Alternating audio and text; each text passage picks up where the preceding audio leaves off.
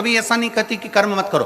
भगवान शंकर ने अपने दोनों बेटों से कहा जो पृथ्वी की परिक्रमा कर कर आएगा उसको प्रथम गिनती में गिना जाएगा। अगर शंकर जी चाहते तो अपने बेटे को राज सिंहासन दे देते कि मैं कार्तिकेय को पृथ्वी का अधिपति बनाता हूं, मैं गणेश जी को पृथ्वी का अधिपति बनाता हूं। पर पहले भगवान शंकर पार्वती ने कर्म करवाया कि जाओ परिक्रमा कर कर आओ, पहले मेहनत करो, कर्म करो। और तुम मेहनत करोगे, कर्म करोगे तो सफलता मिलेगी ही, ये निश्चित है, सफलता मिलेगी। और कहीं का महाराज तुमको मिल जाए, कहीं का बाबा जोगी ऐसा मिल जाए कि तुम मेरे पास में आके बैठ जाना, तुम्हें कुछ नहीं करना पड़ेगा और तुम्हें सोने के हंडे मिल जाएंगे, तुम्हें सोने का घड़ा मिल जाएगा, तो सबसे पहले हमें बताना, हम भी चले जाएंगे। दुनिया का कोई महाराज अगर तुमसे कहता है कि मेरे पास आकर बैठ जाओ, दुनिया का कोई बाबा जोगी तुम्हारे पास आकर कह दे कि तुम मेरे पास में आके बैठ जाओ, तुम्हारा दुख में काट दूंगा, तुम्हारा कष्ट में काट दूंगा, तुम्हारी तकलीफ में मिटा दूंगा, तो समझ लेना पक्का झूठ बोल रहा है। क्योंकि व्यक्ति को अपना कर्म जरूर करना पड़ता है, व्यक्ति को अपनी मेहनत जरूर करना पड़ता है।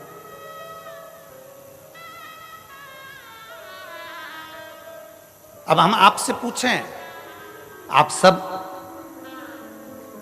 अपना अपना गांव छोड़कर, नगर छोड़कर, घर छोड़कर बहुत दूर गाड़ियां खड़ी करवा दी और पैदल चलकर कथा के पंडाल में पहुंचे। मेहनत करी कि नहीं करी, कर्म करा कि नहीं करा? कर्म करा तो यहां तक पहुंचे। पहुंचे हो, कथा मिल रही है, पहुंचे हो तो कथा श्रवण कर रहे हो, मिल रही है। तो ये अंदाजा लगा कर रखना, अगर तुम कथा तक आए हो तो एक ना एक दिन मेरा शंकर भी तुम्हारे दरवाजे तक जरूर आएगा।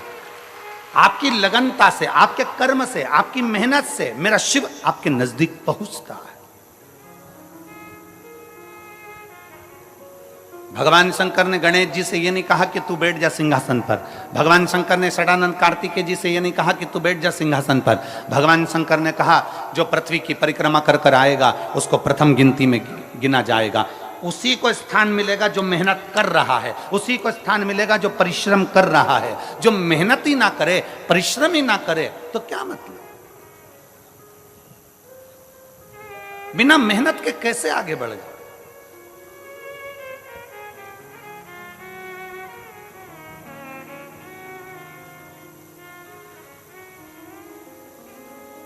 राजा विक्रमादित्य की एक कथा आती है।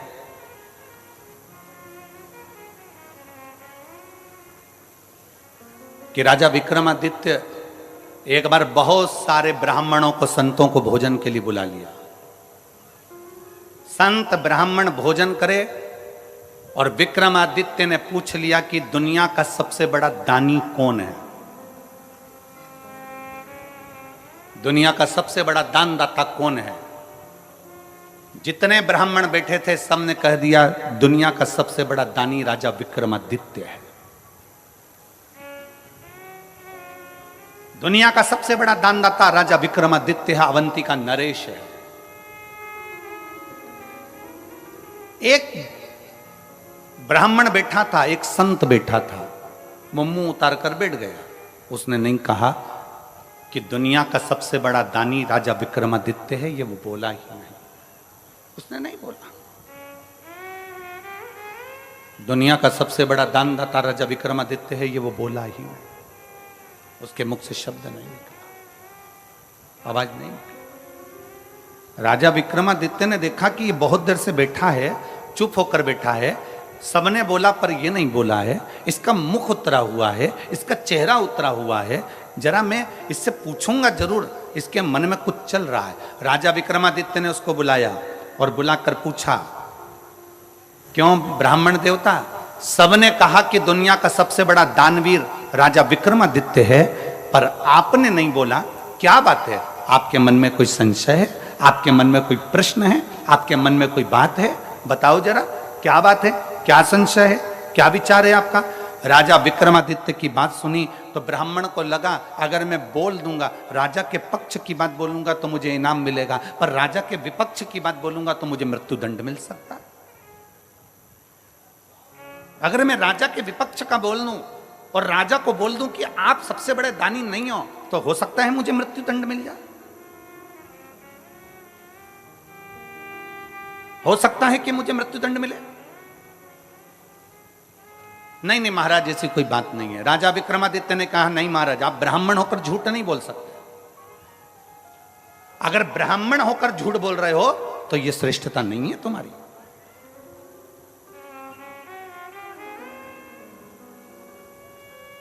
झूठ बोला था गौ माता ने भगवान राम जी के आगे, तो आज भी गौ माता का मुख झूठा कहा जाता है, इसलिए गौदान गाय की पूंछ पकड़कर किया जाता है। आप झूठ ना बोलिए, आप सत्य बोलने का प्रयास करिए। और गया क्षेत्र में एक बार झूठ बोला है ब्राह्मण देव ने कि सीता जी ने कोई पिंडदान नहीं किया है। मां जानकी जी का श्राप भी लगा है ब्राह्मण देवता। फाल्गु नदी ने झूठ बोला तो फाल्गु को भी श्राप लगा। आप झूठ ना कहिए, आप सत्य बोलिए। ब्राह्मण देवता ने मन में सोचा कि अंदर संकोच रखने से क्या फायदा। हमने अभी एक कथा में कहा था कि भोजन नहीं पचता है, भोजन नहीं पचता है तो बीमार कर देता है। भोजन नहीं पचा तो बीमार कर देगा।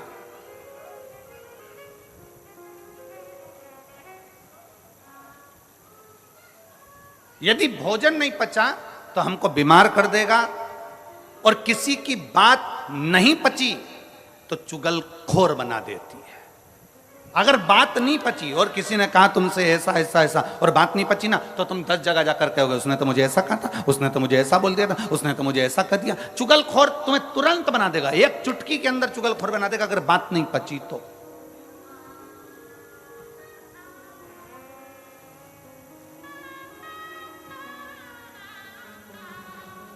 धन नहीं पचा तो तुम्हें अहंकारी बना देगा। अगर तुम्हारे पास में धन आना चालू करा, पैसा आना चालू हुआ, धन संपदा आना चालू हो गई, तुम्हें पद प्रतिष्ठा मिल गई और तुम्हारे घर में अगर धन आने लगा तो धीरे धीरे अगर पचा नहीं वो तो तुम्हें अहंकारी बना देगा। अभिमान के शब्द निकलने लगेंगे, अभिमत्ता के शब्द निकलने लगेंगे, अहमता के शब्द निकलने लगेंगे, अभिमत्ता के शब्द निकलने लगेंगे। भोजन नहीं पचा बीमार कर देगा, बात नहीं पची चुगलखोर बना देगी, और धन वैभव सत्ता नहीं पची तो तुम्हें अहंकारी बना देगी। अभिमत्ता अहम तुम्हें प्रदान कर देगा, अहंकार।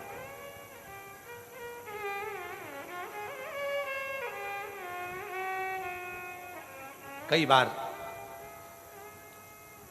बड़े बड़े अगर कोई ऑफिसर हो जाते हैं और उनके घर के बच्चे अगर धन देख लेते हैं कि हमारे पिता के पास में कितना धन है, हमारे घर में कितना धन है, हमारे दादाजी के पास कितना धन है, हमारे दादा ये पद पर रहे, हमारे पिता ये पद पर रहे और उनके पास में इतना धन है, तो कई बार बच्चे चलते चलते रोडों पर भी किसी ना किसी से अपशब्द कहते हुए चले जाते हैं। तू मुझे जानता नहीं है, तू मुझे पहचानता नहीं है, मैं किस ऑफिसर का बेटा हूं, तूने मुझे देखा नहीं है, मैं कौन हूं, तो मुझे जानता नहीं है। मतलब धन पच नहीं रहा, धन पच नहीं रहा इसलिए अहंकार हो गया है। बात पच नहीं रही इसलिए चुगलखोर बना दे रही है। भोजन पच नहीं रहा इसलिए बीमार बना दे रहा। बचना भी तो चाहिए।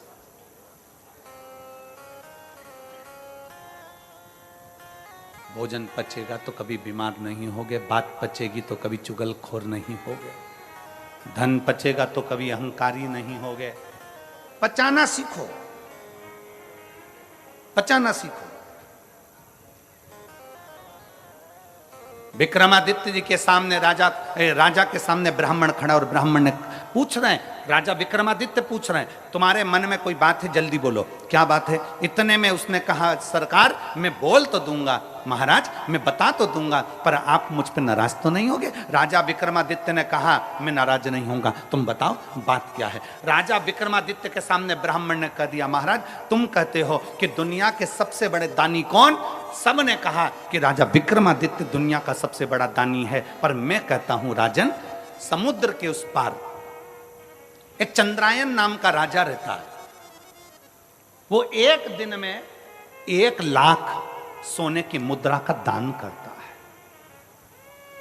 एक दिन में जब तक वो 1,00,000 सोने की मुद्रा का दान ना कर दे तब तक ना वो अन्न ग्रहण करता है ना वो पानी पीता है। राजा विक्रमादित्य ने सोचा कि ये ब्राह्मण बोला। राजा विक्रमादित्य ने फूल की माला ब्राह्मण को पिनाई, कहा तुमने हिम्मत तो करी है। जैसे कल वो बेटी ने प्रश्न लिखकर भेजे तो हमको अच्छा लगा, इसलिए हमने उस बेटी को यहां बुलाया कि कम से कम बेटी ने हिम्मत तो करी है, बोलने की सामर्थ्यता तो रखी है, लिखने की सामर्थ्यता तो रखी है।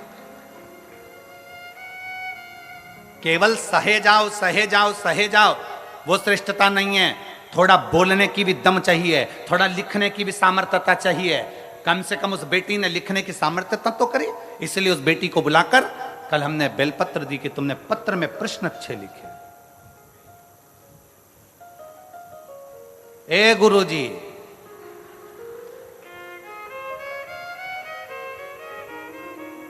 कम से कम उसने लिखने की सामर्थ्यता तो रखी। उसकी प्रसन्नता है, हमको बहुत बहुत प्रसन्नता है, उसके लिए बहुत साधुवाद है। ऐसी बेटियों के लिए तो तुमको ताली ठोकर बहुत जोरदार स्वागत करना चाहिए कि उनकी प्रसन्नता है। आपके मन का बल तो सामने प्रकट हुआ।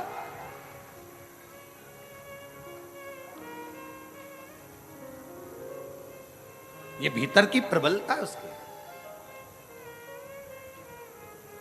राजा ने माला मंगवाई, ब्राह्मण के गले में पहनाई कि तुमने बोलने की सामर्थ्यता तो रखी। राजा को रात भर नींद नहीं आई, रात भर, कि ऐसा कौन सा राजा है जो 1,00,000 सोने की मुद्रा रोज देता है, उसके बाद भोजन करता है, पानी पीता है, जरा मैं पता तो करूं। राजा ने आधी रात को एक सेवक के कपड़े पहने और राजा समुद्र के पार चला गया। समुद्र के पार जाकर राजा उस राजा चंद्रायन के पास पहुंचा और वहां के द्वारपालों से विनती करी कि मुझे राजा से मिलना है। राजा से मिले, बताया नहीं कि मैं राजा विक्रमादित्य अवंतिका नरेश हूं। जाकर कहा महाराज मैं अवंतिका नरेश हूं, ये नहीं कहा, ये नहीं बोल, कुछ नहीं बोल। जाकर कहा महाराज मुझे आपके यहां काम की जरूरत है, आप मुझे काम पर रख लेंगे क्या?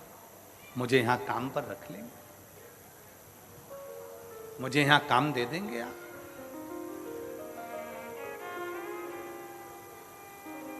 आप मुझे काम प्रदान कर देंगे? राजा चंद्रायन ने पूछा तुम क्या काम कर सकते हो, बताओ, क्या काम करोगे तुम, वो बताओ। विक्रमादित्य ने कहा, राजा विक्रमादित्य एक सेवक के वेश में खड़े होकर कहते हैं महाराज जो कोई नहीं कर सकता वो काम में कर सकता, जो कोई ना कर सके। क्योंकि राजा विक्रमादित्य काम इसलिए कर सकता है, जो कोई नहीं कर सकता वो राजा विक्रमादित्य इसलिए कर सकता है क्योंकि राजा विक्रमादित्य के पास में बेताल था। बेताल को बोल देता तो सब काम हो जाता। तो उसको मालूम है कि जो कोई ना कर पाए वो राजा विक्रमादित्य कर पाए। ठीक है, राजा चंद्रायन को प्रसन्नता हो गई कि ऐसा सेवक मुझे मिल गया। द्वारपाल लगा दिया, उसको दरवाजे पर खड़ा कर दिया। राजा विक्रमादित्य दरवाजे पर खड़े थे। सुबह सुबह ब्रह्म मुहूर्त में राजा चंद्रायन उठते और उठकर नहाने के लिए समुद्र पर जाते। समुद्र में नहाकर एक देवी के मंदिर में जाते। देवी के मंदिर में जाकर प्रणाम करते मां को, और प्रणाम करने के बाद एक खोलता हुआ तेल, उकलते हुए तेल में राजा चंद्रायन उसके अंदर तेल में बैठ जाते। बैठते बैठते तेल में राजा चंद्रायन का पूरा शरीर जल जाता, पूरा शरीर पक जाता। तब कई योगनियां आती उस देवी के मंदिर से, कई योगनियां आकर उसको नोच नोच कर खाती, और खाते ही राजा चंद्रायन के ऊपर देवी मां उसी समय पर बाहर निकलती मंदिर से, हाथ में जल लेकर राजा चंद्रायन पर छींटती, और राजा चंद्रायन वापिस जीवित हो जाता, और देवी उसको 1,00,000 सोने की मुद्रा दे देती, और राजा वो सोने की मुद्रा ले जाकर दान दे देता। विक्रमादित्य ने ये देख लिया। राजा विक्रमादित्य ने ये देखा, राजा विक्रमादित्य ने ये जाना कि ये देवी के मंदिर में आता है, वो पानी में उकलता, तेल में उकलता है, उकलने के बाद देवी जी इसको 1,00,000 सोने की मुद्रा दे देती है। अब राजा विक्रमादित्य ने विचार करा, बस देखना था कि मुद्रा आती कहां से। राजा विक्रमादित्य सुबह दूसरे दिन खुद पहुंच गया। राजा उठकर जाता, उससे पहले विक्रमादित्य गया। विक्रमादित्य जाते से ही स्नान करा, देवी को प्रणाम करा, खोलते तेल में खुद बैठ गया। उसका शरीर जला, जलने के बाद देवी प्रकट हुई। देवी ने प्रकट होकर जल छीटा, विक्रमादित्य जीवित हो गया। जीवित हुआ, देवी ने 1 लाख सोने की मुद्रा राजा विक्रमादित्य को देना चाहिए। राजा विक्रमादित्य ने कहा, मां मुझे ये सोने की मुद्रा नहीं चाहिए। राजा फिर गया, नहाया, नहा के फिर खोलते तेल में कूद गया, वापिस कूदा, देवी ने फिर जीवित कर दिया। देवी जी ने फिर सोने की मुद्रा दी 1 लाख। राजा ने कहा मुझे सोने की मुद्रा नहीं चाहिए। फिर गया, फिर नहाया, फिर कूद गया खोलते हुए तेल में। 7 बार राजा विक्रमादित्य खोलते हुए तेल में बार बार गिर रहा था। 7 बार राजा विक्रमादित्य खोलते हुए तेल में जा रहा था। आखिरी में जब खोलते तेल में जाने लगा 8वीं बार, तब देवी ने उसका हाथ पकड़ लिया। अरे विक्रमादित्य तुझे चाहिए क्या, वो तो बोल। राजा विक्रमादित्य ने कहा, मां तू मुझ पर दया करती है ना, तो जिस थैली में से तू 1 लाख मुद्रा रोज देती है वो थैली मुझे दे दे मां, वो थैली मुझे दे। जिस 1 लाख मुद्रा तू जिस थैली में से रोज देती है वो थैली मुझे दे दे। राजा विक्रमादित्य के हाथ में जगत जननी दुर्गा भवानी ने थैली दे दी। उसी समय मंदिर गायब हो गया, उसी समय मंदिर समुद्र में डूब गया, उसी समय पर सारी वो कड़ाव तेल का चले गया। इतनी देर में राजा विक्रमादित्य तो चले गए, इतने में चंद्रायन राजा आए। चंद्रायन राजा ने देखा क्या तो देवी का मंदिर ही नहीं है, समुद्र में चले गया, ना तो कोई खोलता हुआ तेल है ना कुछ है। राजा चंद्रायन घर पहुंचे और उनकी आंख में जल पड़ा था। पलंग पर सो गए, बीमार पड़ गए, चिंता में पड़ गए, मेरा नियम टूट जाएगा। मैं 1 लाख सोने की मुद्रा दान करता था, मेरा पूरा की पूरा नियम आज समाप्त हो जाएगा। 1 लाख सोने की मुद्रा दान करता था, आज मेरा पूरा नियम समाप्त हो जाएगा। पूरा पूरा क्या करूं मैं, क्या करूं, क्या करा जाए, कैसे करा जाए। बीमार पड़ा राजा, राजा बीमार, पूरे नगर में सूचना हो गई, पूरे नगर में, पूरे नगर। और पूरे नगर में जब सूचना हुई, पूरे नगर में जब सूचना हुई, सारे नगर में सूचना पहुंच गई। और पूरे नगर में जब सूचना पहुंची, सूचना होने पर मालूम पड़ा कि राजा बीमार पड़ गया। विक्रमादित्य राजा के पास में पहुंचे और राजा विक्रमादित्य ने कहा, महाराज आप बीमार क्यों पड़े हो। राजा चंद्रायन ने अपनी पूरी बात बता दी।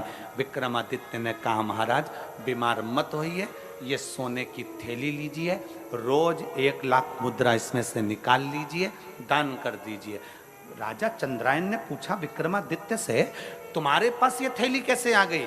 महाराज जब आप मुझे सुबह अपने साथ लेकर गए, मैं दरवाजे पर खड़ा था, मैंने देखा आप खोलते हुए तेल में उकल रहे थे, चीख रहे थे, आपका दर्द मुझसे सहन नहीं हुआ, इसलिए देवी माँ की आराधना कर कर वो थैली में आपके लिए लेकर आ गया। ये लो थैली आपके पास में रखिए।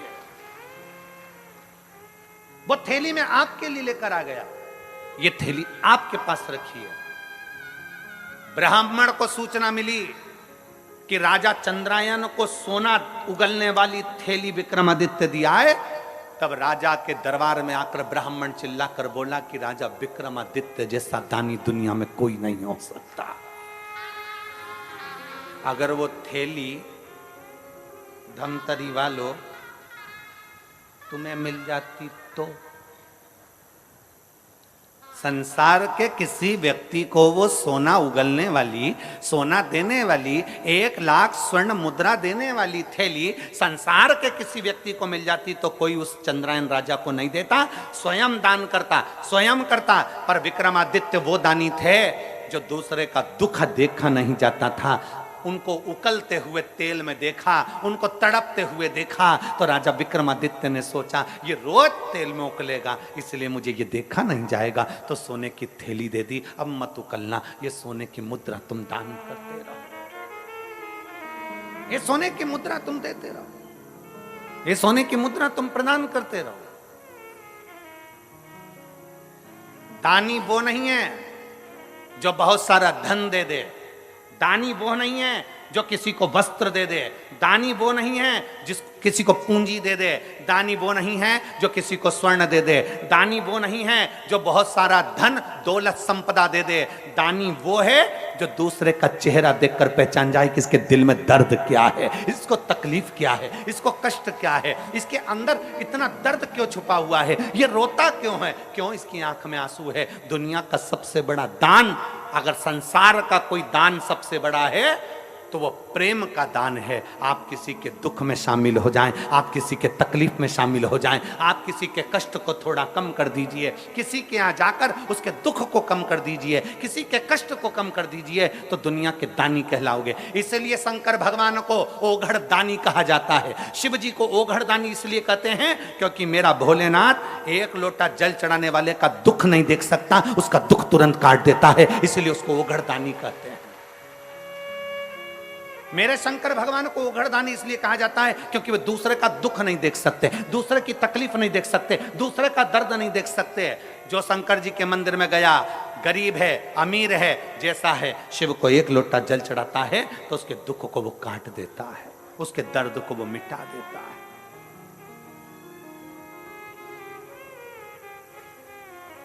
ओघड़दानी है वो, दुनिया का श्रेष्ठ। किसी के जीवन के दुख को समाप्त करना, बस निवेदन एक ही है, अपने कर्म के साथ, अपनी मेहनत के साथ, अपनी लगनता के साथ शंकर के मंदिर में जाइए, अपनी मेहनत के साथ अपनी खेती पर काम करिए, अपनी मेहनत के साथ अपनी दुकान पर काम करिए, अपनी मेहनत के साथ अपनी ड्यूटी करिए, और मेहनत का फल भोलेनाथ देगा, एक लोटे जल के साथ जरूर देगा। आप उसको जल समर्पित करते रहिए। कई लोग कहते गुरुजी एक पत्र है, देखिए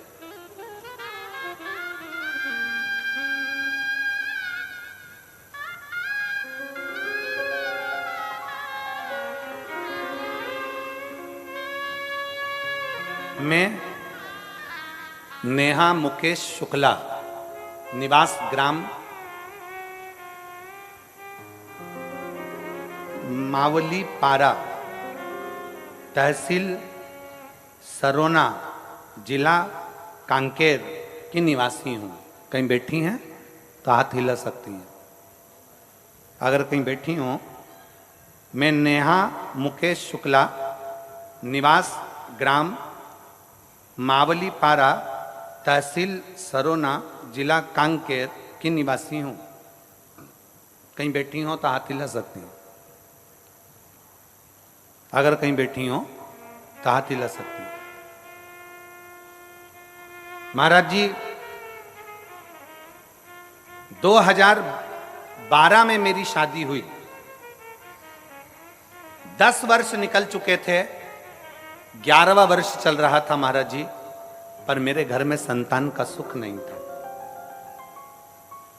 हमारे यहां संतान नहीं थी। गुरुदेव 10 वर्ष तक 3 बार डॉक्टरों के कहने पर हमने आईवीएफ करवाया, 3 बार हमने डॉक्टरों के कहने पर आईवीएफ करवाया, और 3 बार डॉक्टरों के कहने पर जब आईवीएफ के माध्यम से भी संतान प्राप्त करना चाहते थे, लेकिन असफल रहे। आपके कथा शिव महापुराण टीवी के माध्यम से सुनना, जिसमें आप हमेशा पशुपतिनाथ और सफेद आंकड़े की जड़ का जिक्र किया करते हैं।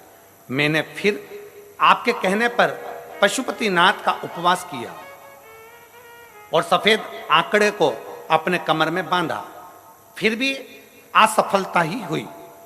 लेकिन शिव में अटूट विश्वास के कारण मैंने फिर एक बार पशुपति व्रत किया, जिसमें मुझे संतान प्राप्त हुआ। मैं बाबा को यहां धन्यवाद देने के लिए आई हूं गुरुदेव, कि दुनिया का कोई व्यक्ति नहीं कर पाता जो देवाधिदेव महादेव कर जाता है।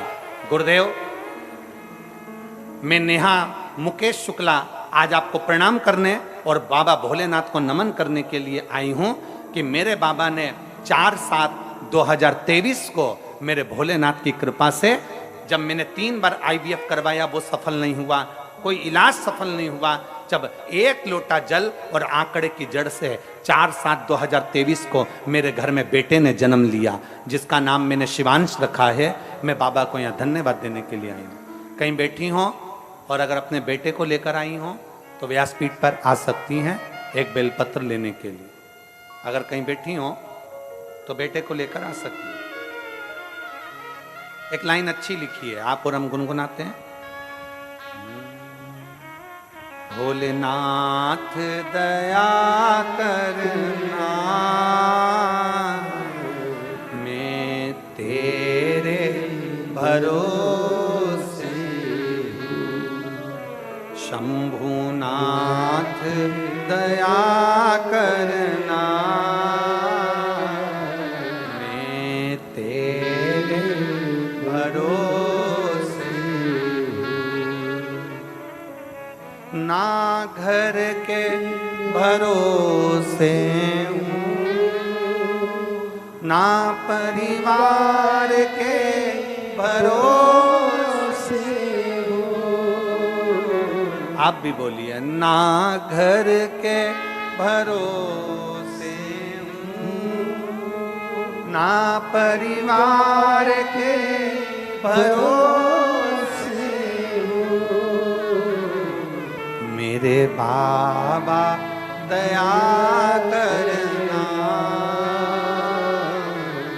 मैं तेरे भरोसे हूँ। भोले बाबा दया करना, मैं तेरे भरोसे। आप उस पर आश्रित हो जाओ, और जब हम उस परमात्मा पर आश्रित हो जाते हैं तो वो परमात्मा हमें मिलता जरूर है। जब हम परमात्मा पर आश्रित हो जाते हैं तो परमात्मा सुनता जरूर है। जब हम परमात्मा पर आश्रित हो जाते हैं तो परमात्मा कृपा करता जरूर है। जब हम परमात्मा पर आश्रित हो जाते हैं तो वो परमात्मा हमारे साथ कदम से कदम मिलाकर चलता जरूर है, जरूर चलता है, कार्य करता जरूर है। और शंभु शरणे पड़ी, मांगो घड़ी रे, दुख का दया करी,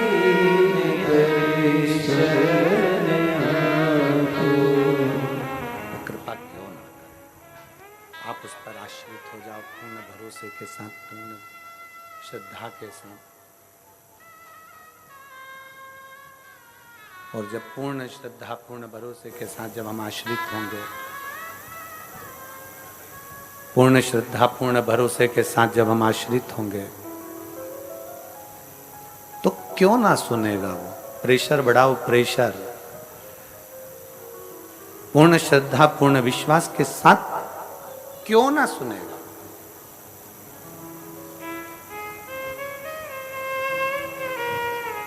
एक विश्वास अपने भीतर जागृत करिए, एक भरोसा अपने भीतर जागृत करिए, एक दृढ़ता अपने भीतर जागृत करिए। कर्म करने में पीछे ना हटिए, मेहनत करने में पीछे ना हटिए। कल एक बेटी से मिलना हुआ, प्रसाद बना रही थी, वो अपने माता वगैरह के साथ आई थी। हमने पूछा, पढ़ाई कर रही हो गुरुदेव? एक बार मैंने प्रयास करा कंपटीशन एग्जाम का, 2 बार प्रयास किया, फिर मैंने छोड़ दिया। अब मैं एग्जाम वगैरह नहीं दे रहा। मैंने कहा ठीक है।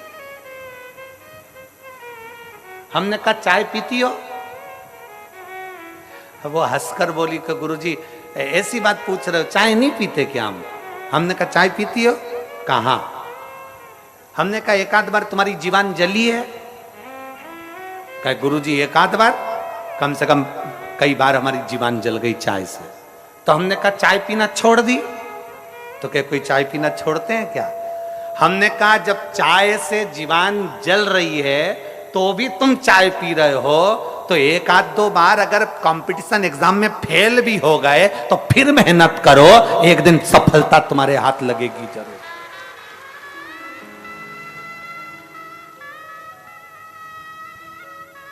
कितने लोग हैं यहां जिनकी चाय पीने से जीवन जली होगी? बोलो जली कि नहीं जली? एक दो बार तो जली होगी जो चाय पीते होंगे। हम तो पीते भी नहीं तो हम बोले भी काहे को? चाय पीने से जीवन जल रही है पर हम चाय नहीं छोड़ते, फिर धीरे धीरे पीते हैं, फूंक मार कर पीते हैं, ठंडा कर कर पीते हैं, और आखिरी में चाय पीना हमने छोड़ा नहीं। एक बार कंपटीशन एग्जाम में बैठे, फेल हो गए, एक बार एग्जाम दिया, फेल हो गए, एक बार तकलीफ आई, फेल हो गए, कोई बात नहीं, हिम्मत मत हारना। चाय पीना नहीं छोड़ रहे तो हम मेहनत करना कैसे छोड़ दें? फिर एग्जाम दो, फिर कंपटीशन एग्जाम में बैठो, फिर मेहनत करो, और जब बार बार मेहनत करोगे तो एक दिन मंजिल तक पहुंच ही जाओगे, सफलता तुम्हारा कदम चूमेगी। कौन कहता है भगवान आते नहीं, कोई उसको शबरी की तरह बुलाते नहीं। कौन कहता है भगवान आते नहीं, कोई उसको प्रेमवश बुलाता नहीं। उसको बुलाने के लिए तुम्हारा प्रेम जागृत चाहिए। प्रेशर बढ़ाओ, प्रेशर। उसको बुलाने के लिए तुम्हारा प्रेम जागृत चाहिए, जागृत। सफलता तुम्हारे सम्मुख में होगी, सफलता तुम्हारे सामने। अपना परिश्रम पूरा करिए, अपनी मेहनत पूरी करिए। शिव कथा कर रही है, ब्रह्मा जी और भगवान विष्णु ने मिलकर मंथन किया एक पर्वत का।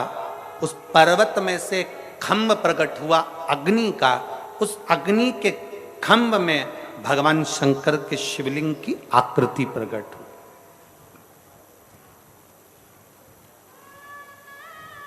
ब्रह्मा जी उस शिवलिंग का शीश देखने जा रहे हैं।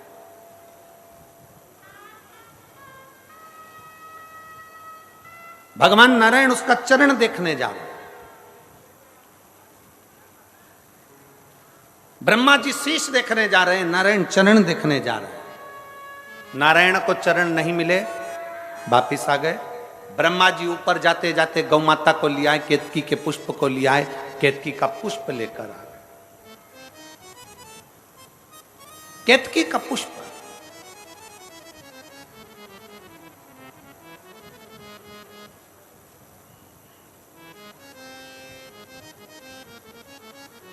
जिस केतकी के पुष्प को सबसे ज्यादा अहंकार था,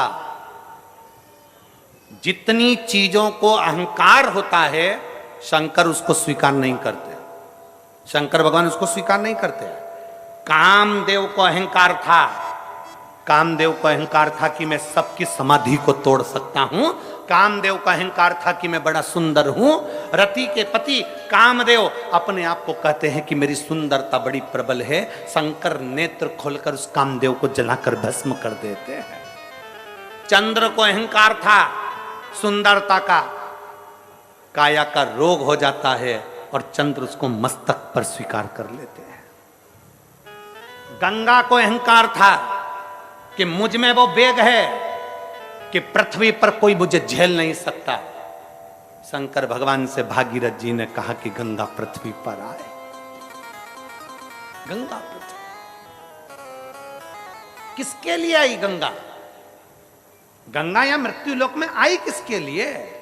कि पुत्र सागर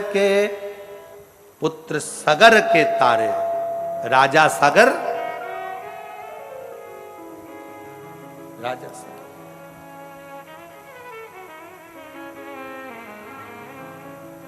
राजा सागर की दो धर्म पत्नी, एक पत्नी से एक पुत्र और दूसरी पत्नी से 60,000 पुत्र। राजा सागर ने अश्वमेध यज्ञ रखा। अश्वमेध यज्ञ जब पूर्ण होता है तो पूरा ब्रह्मांड उसी का हो जाता है। इंद्र को लगा ये राजा सागर इंद्र के सिंहासन पर भी आक्रमण कर लेगा तो इसका यज्ञ खंडित करना है। यज्ञ खंडित हो।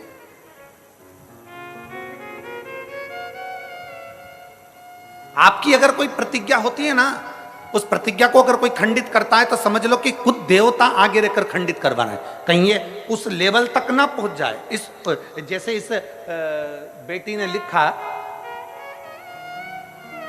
इस बेटी ने लिखा कि गुरुदेव मैंने एक बार पशुपतिनाथ का व्रत किया, एक बार सफेद आंकड़े की जड़ को बांधा, एक बार मैंने सफेद आंकड़े की जड़ का प्रयोग करा, मेरा नहीं हुआ, गर्भ नहीं ठहरा। 10 साल तक जब गर्भ नहीं ठहरा, मैंने दूसरी बार फिर पशुपति व्रत करा। अर्थात आप जब कोई चीज पाना चाहते हो, आप कुछ अच्छा करना चाहते हो, तो भगवान भी आपकी बहुत परीक्षा लेता है। एक बार पशुपति व्रत करा नहीं हुआ, 2 बार पशुपति व्रत करा नहीं हुआ, एक बार सफेद आंकड़े की जड़ बांधी, उतने में हताश हो गए कि हमने तो एक बार बांध के देख ली, हमने 2 बार बांध के देख ली, हमारा तो गर्भ ही नहीं ठहरा, हमने तो सियोर वाले महाराज की कथा 3-4 बार सुन के देख ली, हमारा तो गर्भ ही नहीं ठहरा, हमारा तो ये काम नहीं हुआ, हमारा तो वो काम नहीं हुआ। कभी कभी विचार करो, हिम्मत नहीं हारना है, प्रयास करते रहना है। एक बार अगर सफेद आंकड़े की जड़ बांधी है, दूसरी बार फिर बांधो, तीसरी बार फिर बांधो, थोड़ी थोड़ी महीने 2 महीने में प्रयास करते रहो, देगा वो। उसके दरवाजे से कोई खाली नहीं जाता। यहां इतने बैठे हो ना, 3 महीने के अंदर मेरा बाबा देवाधिदेव महादेव तुम्हारी झोली में क्या डालेगा ये वही जान सकता है। क्या प्रदान करेगा ये उसके ऊपर निर्भर करता है। एक पत्र देखिए,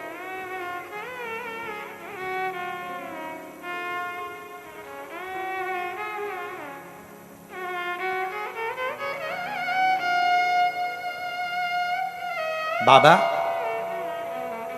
मेरा नाम लक्ष्मी यादव है, पति श्री कन्हैया यादव, ग्राम देव डोंगर, ग्राम देव डोंगर, दुधावा,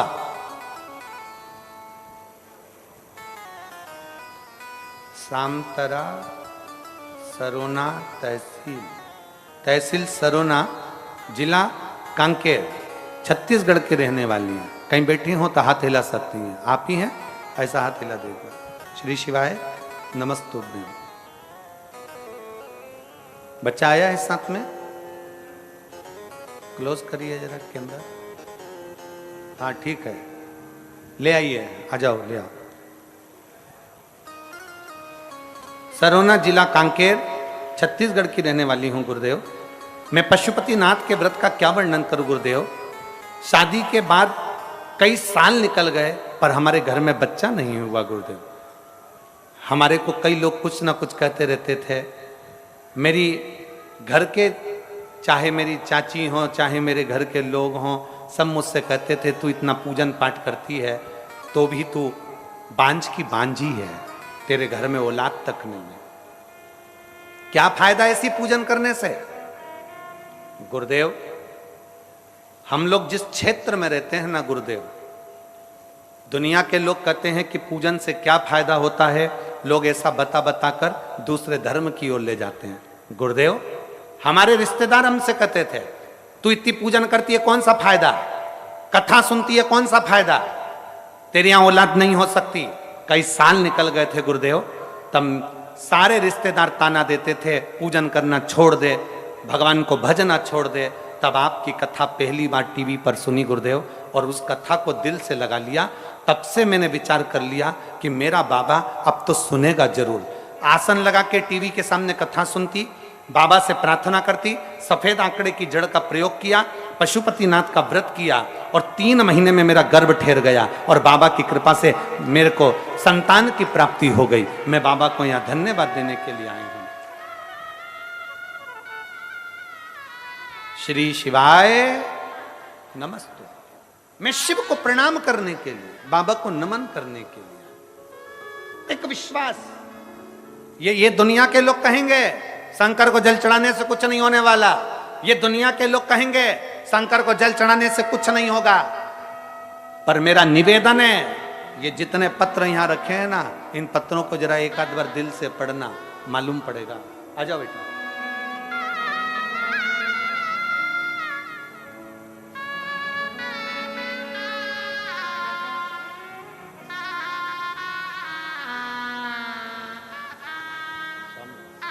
बधाई हो बेटा, बहुत बहुत।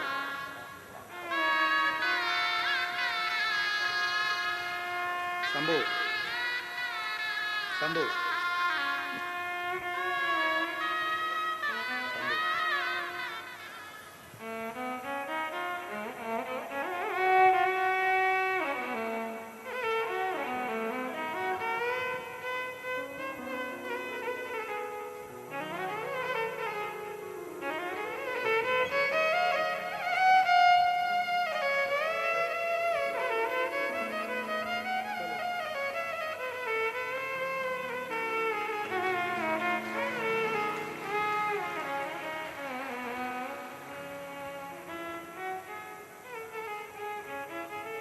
एक विश्वास अपने भीतर प्रकट है।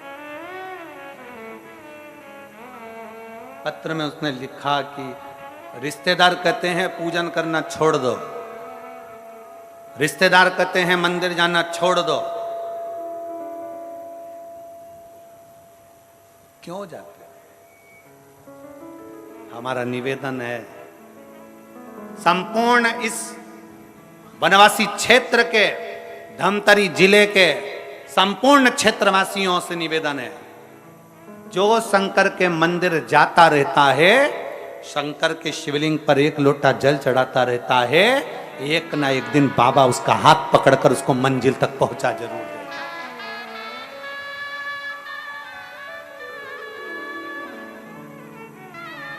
कहेंगे लोग, बहुत कहेंगे, बहुत।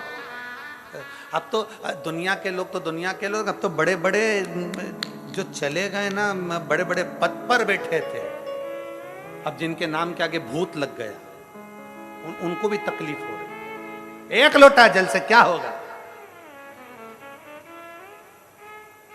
क्या होगा एक लोटे जल से?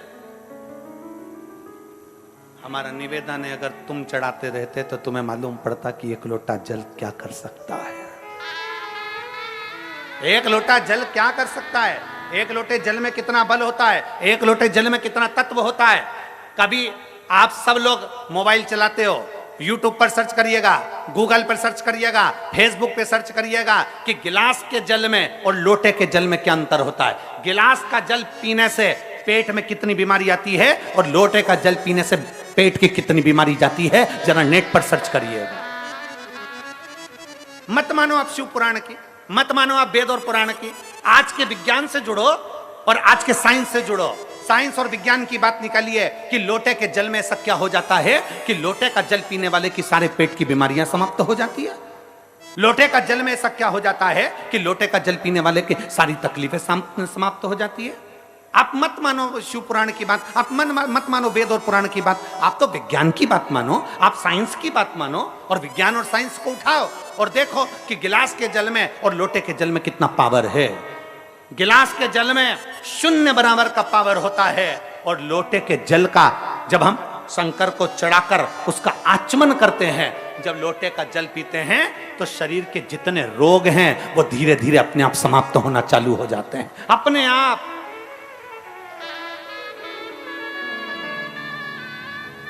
आजकल वैज्ञानिक का युग है, साइंस का युग है, तो निकालो ना अपना अपना मोबाइल खोलो और खोल कर देख लो, गूगल में सर्च करो, फेसबुक पे सर्च करो, निकालो उसमें कि लोटे के जल से होता क्या है, गिलास के जल से होता क्या है, गिलास का जल क्यों नहीं पीना चाहिए। शंकर भगवान को जब लोटे का जल चढ़ता है तो उसका आचमन करने से हमारी कितनी बीमारियां चली जाती है। पेट का ऐसा कौन सा रोग है, क्यों कहते हैं हम कि भगवान शंकर को चढ़े हुए जल का आचमन करो। कई लोगों की गांठें समाप्त हो गई, किसी की बच्चेदानी की गठान समाप्त हो गई, किसी की कोई गठान समाप्त हो गई, क्यों? कल के पत्र में एक प्रश्न था, कल के पत्र में एक बहुत सुंदर बात थी, देखिए ये कल के पत्र में।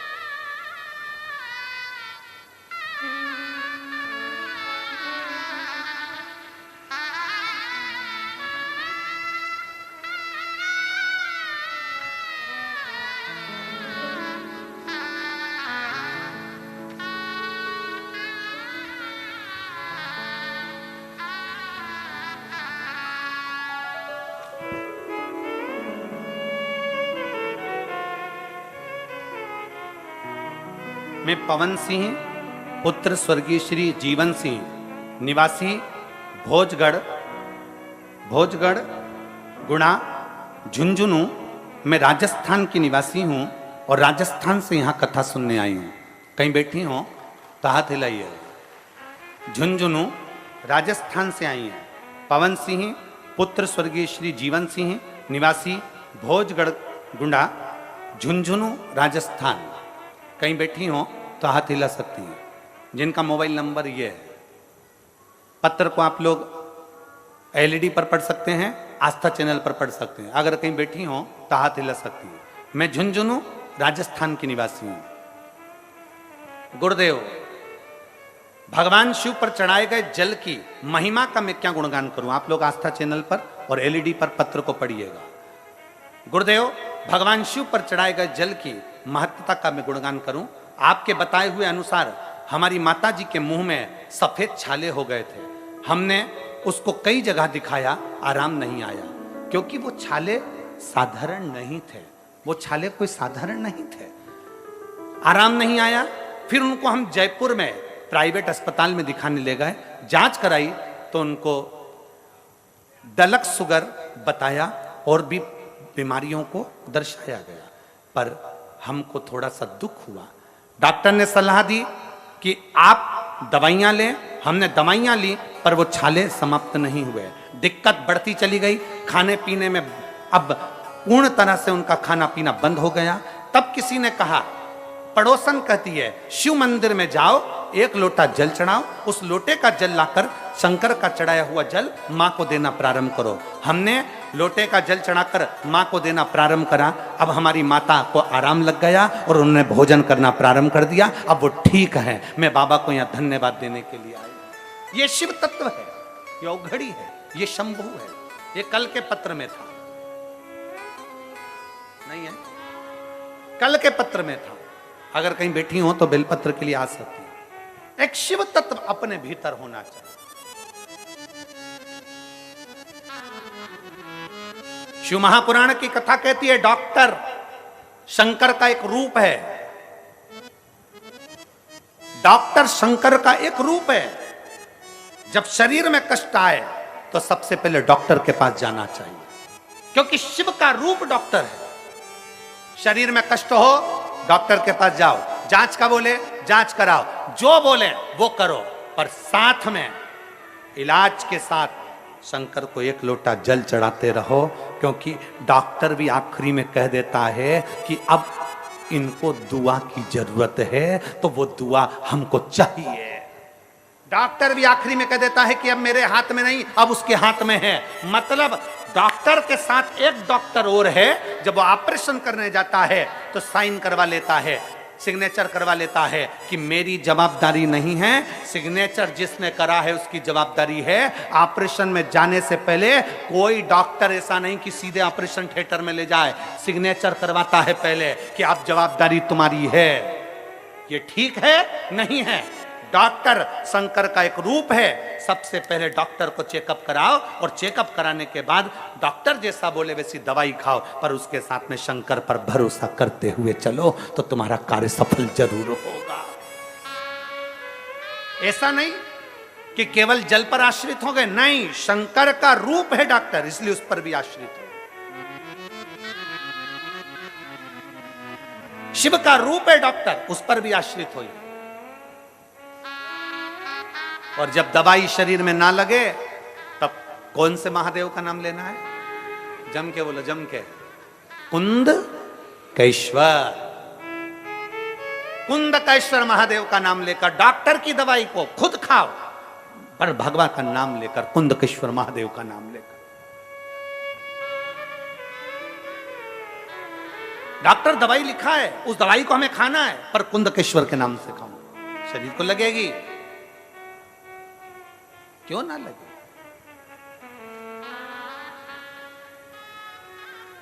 और जब हम उस पर आश्रित हो जाते हैं, इसीलिए शास्त्र कहता है, शिव तत्व कहता है, भगवान शंकर की कथा कि कोई किसी में मगन, कोई किसी में मगन, कोई किसी में मगन, कोई किसी में मगन, मैं तो भोले की दीवानी, भोले नाथ में मगन, मैं तो भोले की दीवानी, भोलेनाथ में मगन, मैं तो शंभू की दीवानी, शंभुनाथ में मगन, मैं तो शंभू की दीवानी, शंभु बाबा में मगन। कोई किसी में मगन, कोई किसी में मगन, कोई किसी में मगन, कोई किसी में मगन, मैं तो भोले की दीवानी, भोलेनाथ में मगन, मैं तो भोले की दीवानी, भोलेनाथ में मगन, मैं तो शंभू की दीवानी, शंभुनाथ में मगन, मैं तो शंभू की दीवानी, शंभुनाथ में मगन। जय हो।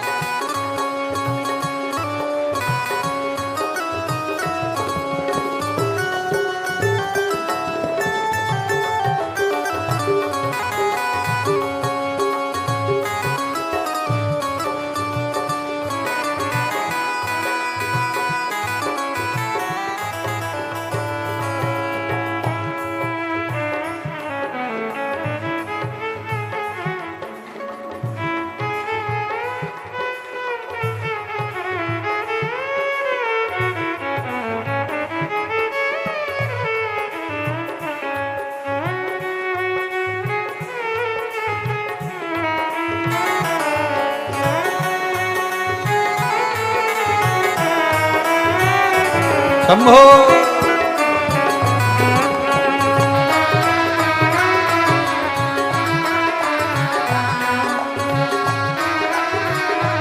कोई कोठी में मगन, कोई बंगले में मगन, कोई कोठी में मगन, कोई बंगले में मगन, कोई कोठी में मगन, कोई बंगले में मगन, कोई मेरी छोटी सी झोपड़िया में मैं तो मगन, मेरी छोटी सी झोपड़िया में मैं, मेरी छोटी सी झोपड़िया में मैं तो मगन, मेरी छोटी सी झोपड़िया में। कोई किसी में मगन, कोई किसी में मगन, कोई मैं तो भोले की दीवानी, भोलेनाथ में मगन, मैं तो भोले की दीवानी, भोलेनाथ में मगन।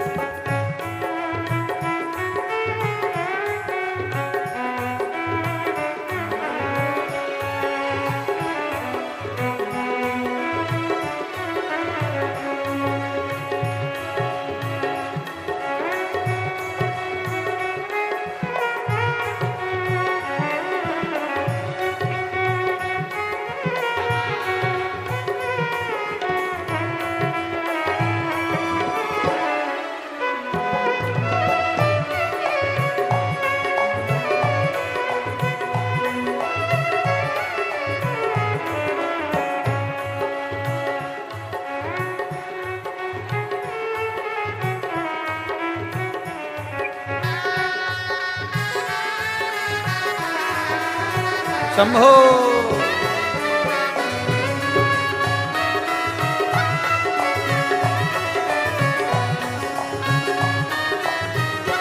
कोई लड्डू में मगन, कोई पेड़ा में मगन, कोई लड्डू में मगन, कोई पेड़ा में मगन, कोई लड्डू में मगन, कोई पेड़ा में मगन, कोई लड्डू में मगन, कोई पेड़ा में मगन। मेरी रूखी सूखी रोटी में तो उसमें मगन, मेरी रूखी सूखी रोटी में तो उसमें, मेरी रूखी सूखी रोटी में तो उसमें मगन, मेरी रूखी सूखी रोटी में तो उसमें मगन। कोई किसी में मगन, कोई किसी में मगन, कोई किसी में मगन, कोई किसी में मगन। मैं तो भोले की दीवानी, भोले बाबा में मगन, मैं तो भोले की दीवानी, भोले बाबा में मगन। शंभो।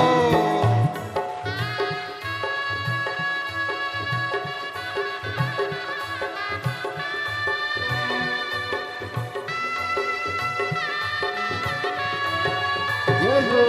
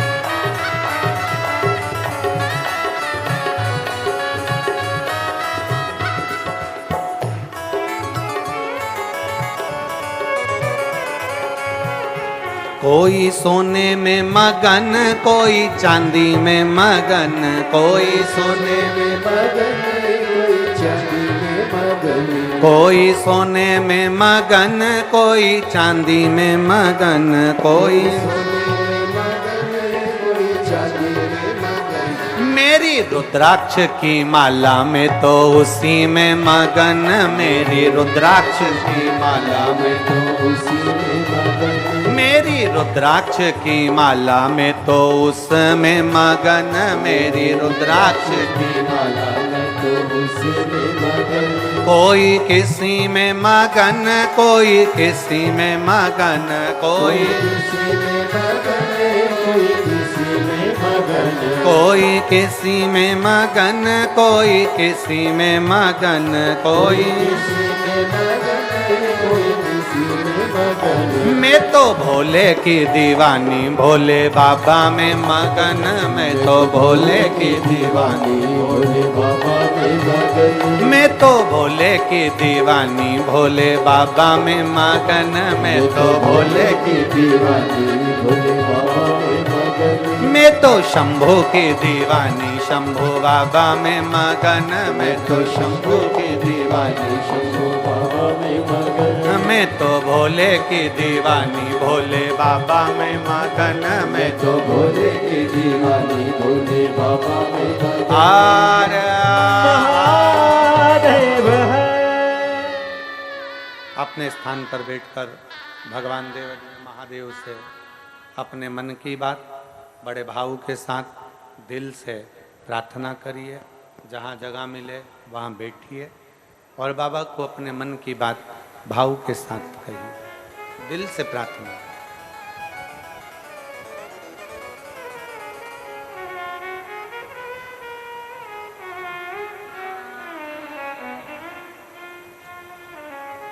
दिल से बाबा को प्रार्थना करिए, हृदय से। जहां भी जगह मिले बैठ जाओ और बड़े भावों से कहिएगा। सबको साथ में बोलना है, आपकी आवाज हमारे तक पहुंचना चाहिए। बड़े दिल से, आनंद से, भाव के साथ में बाबा से प्रार्थना करेंगे। सब साथ में बाबा से बोलेंगे।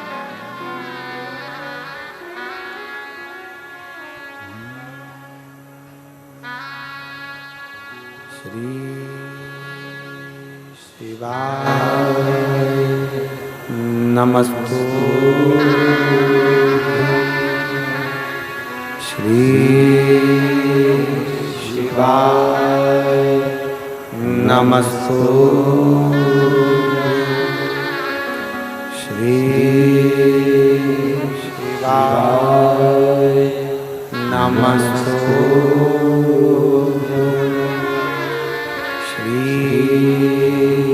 शिवाय नमस्तु।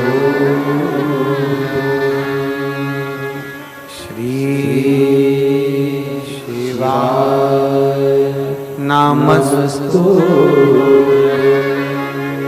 भोला सब दुख काटो, ओ भोला सब दुख काटो।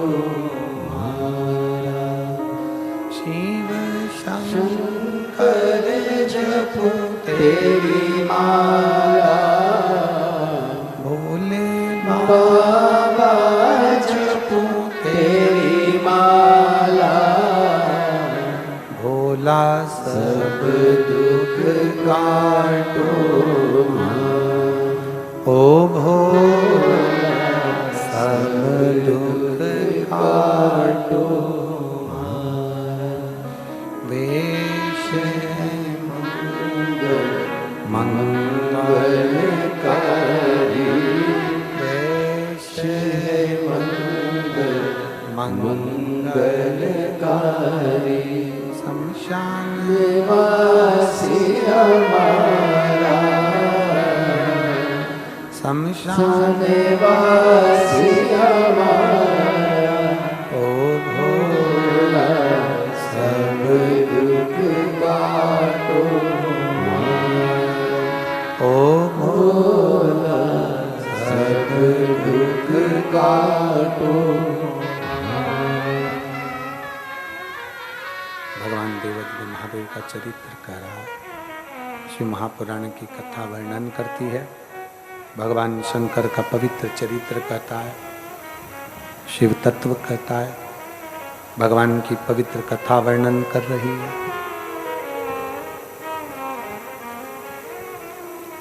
एक विश्वास अपने भीतर रखकर शिव की शरणागति ग्रहण करो। ब्रह्मा जी शिवलिंग का शीश देखने के लिए जाते हैं और भगवान नारायण शिवलिंग का चरण देखने के लिए जाते हैं। नारायण भगवान को चरण नहीं मिलता है, आकर कह देते हैं कि मुझे चरण नहीं मिला।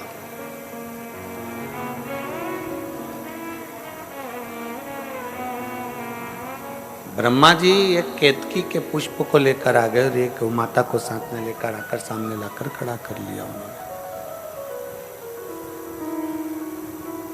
दोनों को सम्मुख मिलाकर खड़ा करा। नारायण भगवान पूछे, ब्रह्मदेव क्या आपको भगवान शंकर के शीश का दर्शन हुआ है? रिटर्न बढ़ाओ, रिटर्न। भगवान शंकर के शीश का दर्शन हुआ है? नहीं।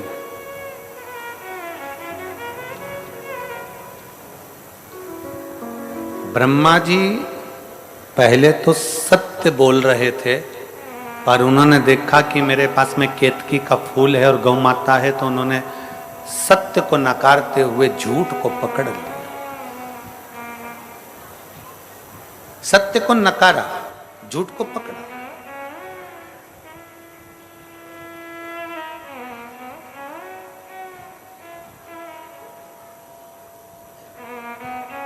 भगवान नारायण ने तो एक ही शब्द में सत्य कह दिया, इसलिए शंकर जी ने उनका नाम सत्य नारायण रख दिया।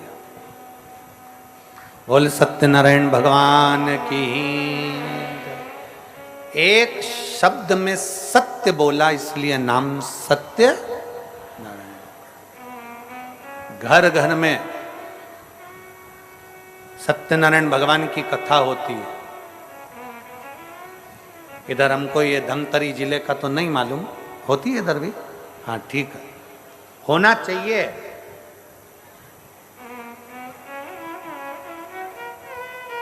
घर घर में सत्यनारायण भगवान की कथा होती है। उसका कारण केवल इतना सा है कि तुम्हारी जिंदगी तुम कितनी भी कैसी भी जी रहे हो, पर अपनी जिंदगी में एक दिन ऐसा निकालो कि परमात्मा की चौखट पर जाकर सत्य बोलो, तो तुम भी सत्यनारायण पूजन के हकदार बन सको।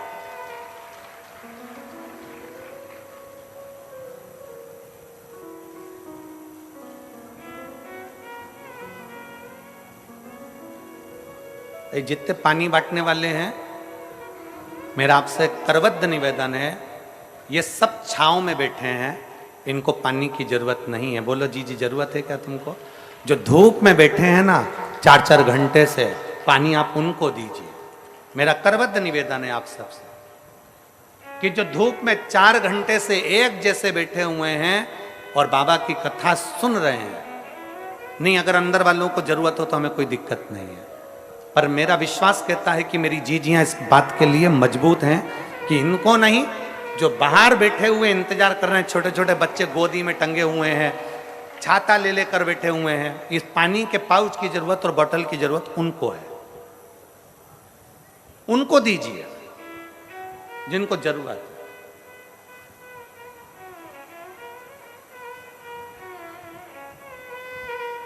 और फिर निवेदन है, कथा सुनने आने वालों से निवेदन है, अपने साथ में पानी की कितनी बाटल लाओ। ये देखो मेरी जीजियां लेके आई, जरा उठाओ तो जरा, दोनों बाटल उठाओ। ये देखो कैमरे वाले जरा दिखाओ इनको, कितनी बाटल लाई हो? 2 बाटल लेकर आई हैं, दिखाओ जरा। ऐसी साथ में 2 बाटल लेकर चलो। वो दादा को दिखाओ, देखो वो इधर इधर, वो देखो इधर दिखाओ, 2-2 बाटल लेकर आए हैं जो पानी की। पानी की 2 बाटल लेकर चलो, एक आपके लिए और एक अपने पड़ोसी के लिए। पितृपक्ष में कम से कम हम लोगों को जल तो पिला सकें।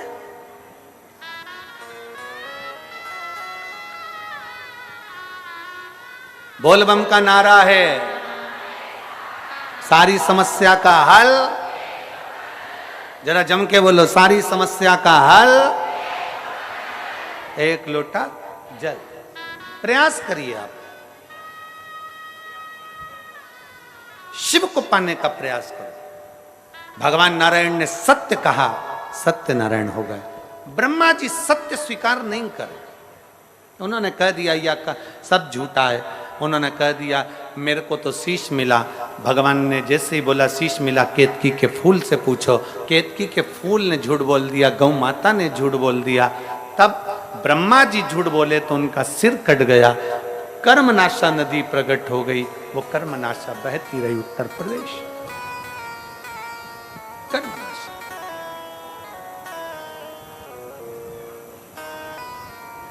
जैसे गंगा मां को अहंकार आ गया था कि मैं पृथ्वी पर आऊंगी और मेरे वेग को कोई नहीं झेल पाएगा। इंद्र को अभिमान आ गया था कि मेरी सत्ता कहीं राजा सगर ना ले ले, इसलिए उनके अश्वमेध यज्ञ के अश्व को चुराकर कपिल मुनि के आश्रम में बांध दिया गया था। और कपिल मुनि नेत्र बंद कर कर बैठे थे। सूचना मिली और सूचना मिली कि पता करो कि अश्वमेध यज्ञ का अश्व कहां पर है। अश्वमेध यज्ञ का अश्व कहां है, पता करा जाए। जब अश्वमेध यज्ञ के अश्व का मालूम करने के लिए राजा सगर ने अपने 60,000 पुत्र को भेज दिया। कपिल मुनि के आश्रम में पहुंच गए। कपिल मुनि नेत्र बंद करके बैठे थे। अश्व इंद्र ने राजा सगर के अश्वमेध यज्ञ का अश्व कपिल मुनि के आश्रम में बांध कर रखा था। जो 60,000 राजा के पुत्रों ने देखा कि कपिल मुनि तुम नेत्र बंद करके बैठे हो, एक तरफ तो तुम ऋषि हो, एक तरफ तो तुम साधु हो, एक तरफ तो तुम तपस्वी हो, दूसरी तरफ तुमने अश्व को चुराया है। उन्होंने अश्व खोला, कपिल मुनि को अपशब्द कहा, कपिल मुनि को अपशब्द कहा, अपनी तीक्ष्ण तीक्ष्ण वाणियां दी। इसीलिए शिव महापुराण की कथा में हमने पहले कहा है, पानी घर में अगर फिल्टर का पीते हो तो वाणी भी फिल्टर कर दो, वाणी भी तो फिल्टर कर दो। जो मन पड़ा हम लोग वो बोल देते हैं, किसी ने कुछ बोला और तुमने अपशब्द कह दिया, किसी ने कुछ बोला तुमने आड़ा टेढ़ा कह दिया। जब पानी फिल्टर का पीते हो तो वाणी भी तो फिल्टर करो, किसको क्या बोलना है, कैसे आदर करना है, कैसे सम्मान करना है, क्या शब्द कहना है, क्या बोलना है, अपनी वाणी की फिल्टरता होना चाहिए। वाणी ऐसी बोलिए, मालूम है तुम लोगों को? बोलो जरा, वाणी ऐसी बोलिए जो मन का आपा खोए। पर आज के जमाने में वाणी ऐसी बोलिए जो तुमसे झगड़ा होए, पर उससे मत बोलिए जो तुमसे तगड़ा होए। जो तुमसे दमदार हो ना उससे आड़ा टेढ़ा मत बोलना, नहीं तो ये कहीं दिया ना दम न हो। एक बार ये जीवान ने दांतों से कह दिया था, मेरे 32 भाई मेरा ध्यान रखा करो, मैं बड़ी छोटी सी कोमल सी जीवान हूं, तुम्हारी बहन हूं, मुझे काट मत देना। 32 दांतों ने कहा, बहन तेरी सौगंध, हम तुझे नहीं काटेंगे, पर बहन तेरे से निवेदन है, तू अपने 32 भाइयों का ध्यान रखना, किसी को आड़ी टेढ़ी मत बोल देना, नहीं तो एक ही में 32 की 32 निकल जाएगा। 32 की 32। ये जीवान भारी है, सबसे भारी काम करती है जिह्वा, बोलने में बिल्कुल एक्सपर्ट, एकदम तन्नाट। किसी ने बोला और तुमने जवाब दिया, किसी ने बोला, एक पत्र है, पत्र देखो,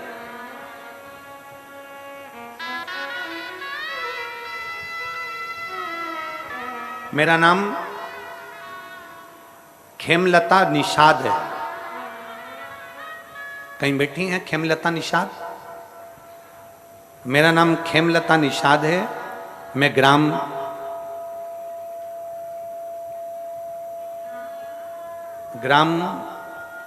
उस खारा है क्या है? उस खारा, जिला बालोद है। तुम समझ गए ना? हाँ जाने दो तो फिर तो।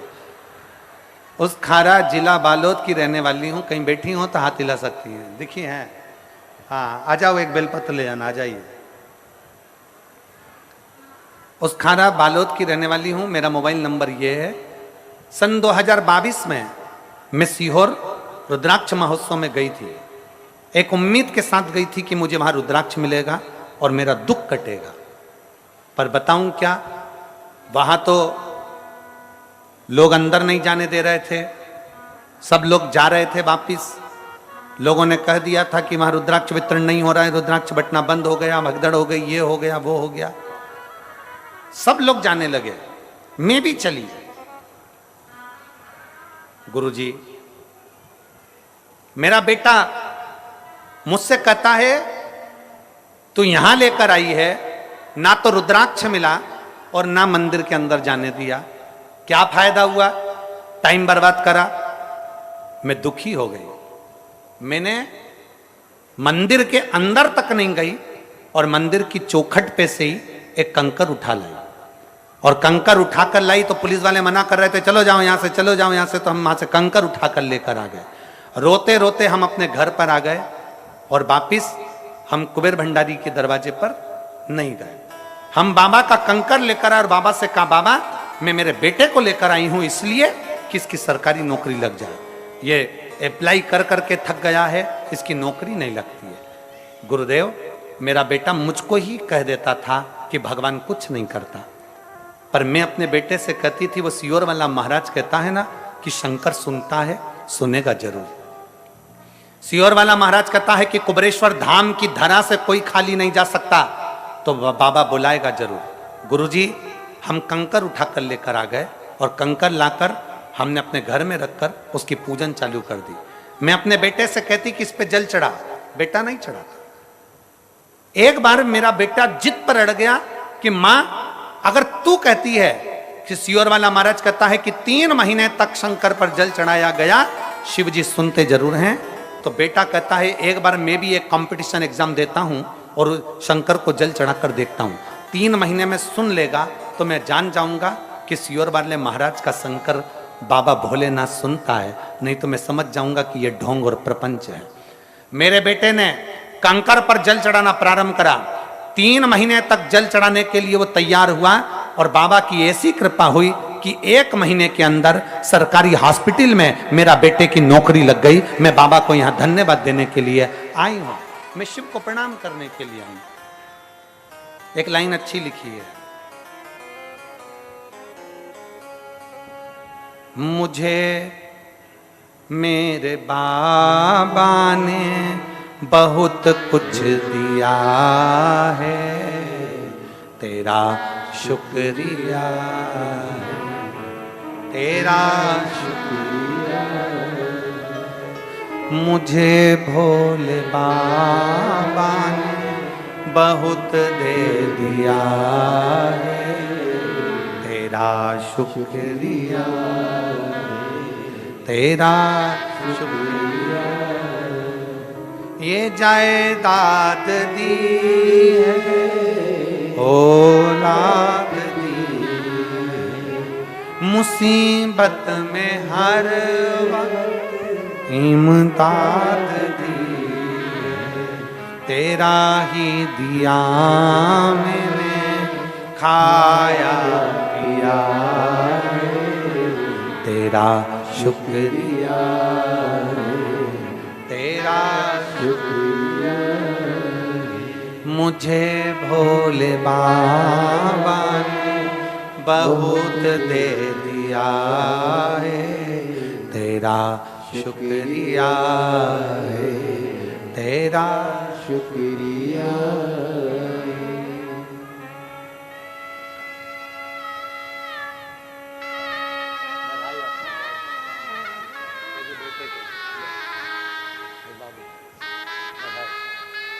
माँ कैसी करेंगे उनको भी दे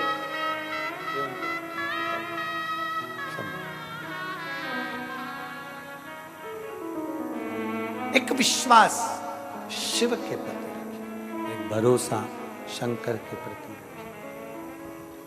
जब भरोसा और विश्वास दृढ़ हो जाता है तो शिव तत्व हमारे भीतर समाहित हो जाता है। जब विश्वास और भरोसा दृढ़ हो जाता है तो शंकर हमारे करीब आ जाता है। हम विश्वास और भरोसे को दृढ़ नहीं बना पाते। पितृपक्ष की, श्राद्ध के समय की ये शिव महापुराण की कथा है। जिस पितृपक्ष में पितृदेव और महादेव दोनों एक साथ कृपा बरसाते हैं और जीव का कल्याण कर जाते हैं, दोनों एक साथ। आपका एक अन्न का दाना, आपका दिया गया एक अंश दान कितने लोगों का पेट भर रहा है, कितने लोगों को सुख प्रदान कर रहा है। आपके पानी की एक बोतल कितने लोगों को सुख प्रदान कर रही है। जरूरी नहीं कि बहुत बड़ा भंडारा करोगे तो दानी कहलाओगे। शिव महापुराण की तो कथा कहती है, अगर एक छोटा सा पानी का आचमन भी किसी को करा दोगे तो भी दानी कहलाओगे। किसी भूखे को एक दाना भी खिला दोगे तो भी दानी कहलाओगे। छोटा सा दान, छोटा सा पुण्य, छोटा सा सत्कर्म, बड़ी खुशी है, बड़ा प्रसन्नता है हमको यहाँ पर इस वनवासी क्षेत्र के अंदर कुबेरेश्वर बाबा का जो भंडारा हम लोग बाबा की कृपा से चल रहा है, समिति अपना चला रही और कुबेर भंडारी अपना चला रहा है, विठले सेवा समिति अपना बड़े भाव से चला रही है, उसको देखकर बड़ी प्रसन्नता होती है। लोग भाव से उस प्रसाद को पार। आपको भी खुशी होना चाहिए, जितने लोग टीवी पर सुन रहे हैं, जितने फेसबुक यूट्यूब पर सुन रहे हैं, जितने यहां सुन रहे हैं, कम से कम देखकर तो प्रसन्नता होगी कि हमारा दान, हमारा सत्कर्म, हमारा 1 रुपया भी अच्छी जगह पर लगा है। इसकी प्रसन्नता होना चाहिए। अपने भजन की प्रसन्नता रखो कि हम कहां बैठकर भजन कर रहे हैं, हम कहां बैठकर सत्कर्म कर रहे हैं, उसकी प्रसन्नता अपने भीतर होना चाहिए। कपिल मुनि का श्राप लग गया, नेत्र खुले कपिल मुनि के और सारे 60,000 सगर के पुत्र जलकर भस्म हो गए, राख के ढेर बन गए। राजा सगर ने अपने पौत्र को भेजा अंशुमान को, पर कोई फल नहीं। तब साधना करी, राजा दिलीप आए, फिर भागीरथ बाबा आए, जिन्होंने गंगा जी की तप साधना करी। गंगा जी की तप साधना करते हैं भागीरथ जी, तो गंगा उछल कर कहती है, किसकी सामर्थ्यता है जो मुझे पृथ्वी पर झेल ले? किसकी सामर्थ्यता? किसकी सामर्थ्यता? शिव महापुराण की कथा कहती है, अपने मुख से कभी अभिमत्ता के शब्द मत बोलिए, अपने मुख से कभी अभिमान के शब्द मत बोलिए, अपने मुख से कभी अहंता के शब्द मत बोलिए, क्योंकि अहंकार में 3 गए, धन, वैभव और वंश। ना मानो तो देख लो, रावण, कौरव और कंस, ये तीनों अहंकार में चले गए, तीनों अभिमत्ता में चले गए। इस माँ ने एक लाइन लिखी, इस माँ ने इस लाइन में लिखा कि मेरा बेटा अब भगवान को इतना मानता है कि मेरे बेटा एक्सरे मशीन को चलाता है तो भी लोग उसको डॉक्टर कहते हैं, एक्सरे मशीन चलाने वाले को भी लोग डॉक्टर कहते हैं। गुरुदेव, मेरा बेटा खुश होता है कि देखो मेरे शिव ने मेरे ऊपर कितनी कृपा कर दी कि बिना डॉक्टर के भी लोग मुझे डॉक्टर कहकर जाते हैं, मैं भले एक्सरे की मशीन चलाता हूं। ये दृढ़ता नहीं तो और क्या, ये विश्वास नहीं तो और क्या, ये भरोसा नहीं तो और क्या। अपने भीतर विश्वास को जागृत करिए, अपने भीतर चले। गंगा मैया ने अहंकार का शब्द कह दिया, गंगा मैया ने अभिमत्ता का शब्द कह दिया, मुझे कोई झेल नहीं सकता। भागीरथ बाबा ने हाथ जोड़कर कहा, मां मैं मानता हूं आपको पृथ्वी पर कोई झेल नहीं सकता, मैं मानता हूं आपको पृथ्वी पर कोई झेल नहीं पाएगा, पर मां मेरा विश्वास कहता है पृथ्वी के देव, देव अधिदेव महादेव, मेरा विश्वास कहता है कि पृथ्वी के देव, देव अधिदेव महादेव आपको झेल सकते हैं। मां गंगा, पृथ्वी के देव, देव अधिदेव महादेव आपको झेल सकते हैं। गंगा जी बोली, गंगा जी ने कहा, कौन महादेव? कौन महादेव? जो विष को पिए हैं वो महादेव, जो नंदी की सवारी करते हैं वो महादेव, जो राख लपेट कर रहते हैं वो महादेव। गंगा कहती है मेरी सुंदरता और मेरा तेज महादेव नहीं झेल सकते। इतना शब्द सुनना था, भागीरथ जी की आंख में से जल बह गया। मां मैंने उन्हीं की आराधना कर कर तुमको पाया है। हे मां, मैंने उन्हीं की आराधना कर कर तुमको पाया है। उनकी आराधना के बिना तो आप भी मुझे नहीं मिली थी मां। ये मेरा विश्वास कहता है मां, आपको शिव अपने जटा में, अपने हाथों में जरूर झेल लेंगे, आपको शिव झेलेंगे। गंगा ने फिर अहंकार का शब्द कह दिया, गंगा जी ने फिर अभिमत्ता का शब्द कह दिया। कह दो भोलेनाथ से गंगा पृथ्वी पर आने को तैयार है।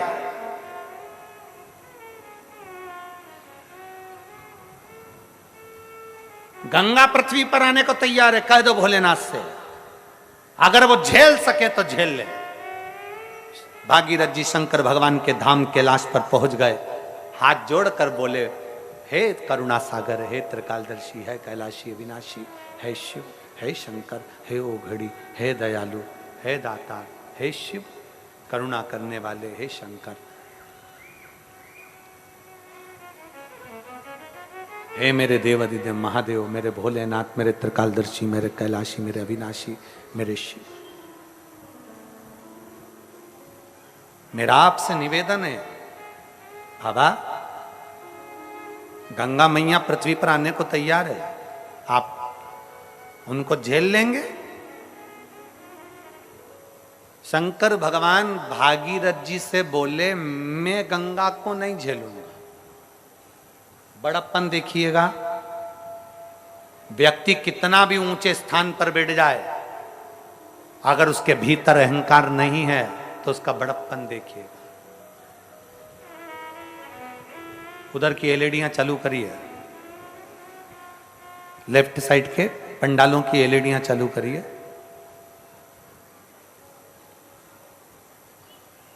बड़प्पन देखिए मेरे भोलेनाथ का। मेरे शंकर भगवान ने कहा, मेरे ओघड़दानी ने कहा, मेरे शंभू बोले, मेरे शिव बोले, गंगा को मैं नहीं झेल सकता, गंगा को मैं नहीं झेलूंगा। तो भागीरथ जी बोले, फिर गंगा सही कह रही है कि मेरा वेग कोई नहीं झेल सकता। आप नहीं झेलेंगे तो कौन झेलेगा? शंकर भगवान कहते हैं, गंगा को जाकर कह दो कि उसको हाथ में झेलने की जरूरत ही नहीं पड़ेगी, उसको तो मेरे बाल ही काफी हैं झेलने के लिए। केवल मेरा केश, केवल मेरे बाल गंगा को झेलने के लिए काफी हैं।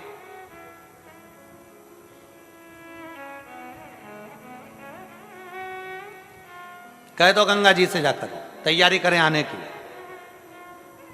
आप उनका आदर नहीं करेंगे, सम्मान नहीं करेंगे। शंकर जी कहते हैं, गंगा का सम्मान मेरे केश में आएगी तो खुद हो जाएगा। दुनिया के लोग कहते हैं कि शंकर का चढ़ा हुआ जल नहीं पीना चाहिए। उनको कहना चाहिए कि शंकर भगवान के सिर पे गंगा है तो मरते समय गंगा जल भी मत पीना।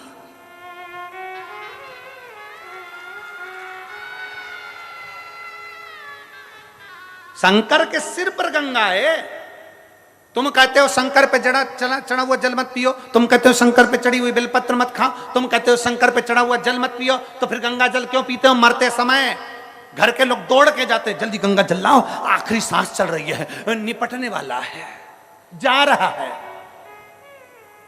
ये श्राद्ध भी हमको ज्ञान देते हैं कि जिंदा हो जब तक अपने मोबाइल की डीपी बदलते रहो, निपट जाओगे तो एक ही फोटो दीवार पे टंग जाएगा, बदल ही नहीं पाओगे,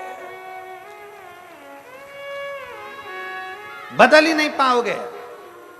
ये श्राद्ध भी हमसे कहते हैं, जिंदा हो तो कथा में जाओ, जिंदा हो तो भजन करो, जिंदा हो तो दान करो, जिंदा हो तो सत्कर्म करो, जिंदा हो तो कीर्तन करो, कुछ पुण्य कर लो, कुछ तुमसे बन जाए, दान पुण्य संकीर्तन स्मरण भजन कीर्तन जो बन जाए वो कर लो, जिंदा हो तो। मरने के बाद तो इतना बड़ा फोटो सबके टंगेंगे, इतना बड़ा फोटो सबका टंग जाता है। महिलाएं मरती हैं तो सिर पे ऐसा पल्लू मल्लू रख के फोटो बनता है और मुस्कुराती हुई नजर आती है ऐसी, और घर के लोग खीर और पूड़ी मिला के फोटो पे चिपका देते हैं। अम्मा मुस्कुराती है, फोटो पे पूड़ी और खीर चिपकी रहती है। साल भर खीर पूड़ी चिपकी रहेगी, अगले साल फिर चिपक जाएगी। अगले साल जिंदा हो, खूब अच्छे से बोलो, जिंदा हो, बहुत एंजॉय की जिंदगी जियो।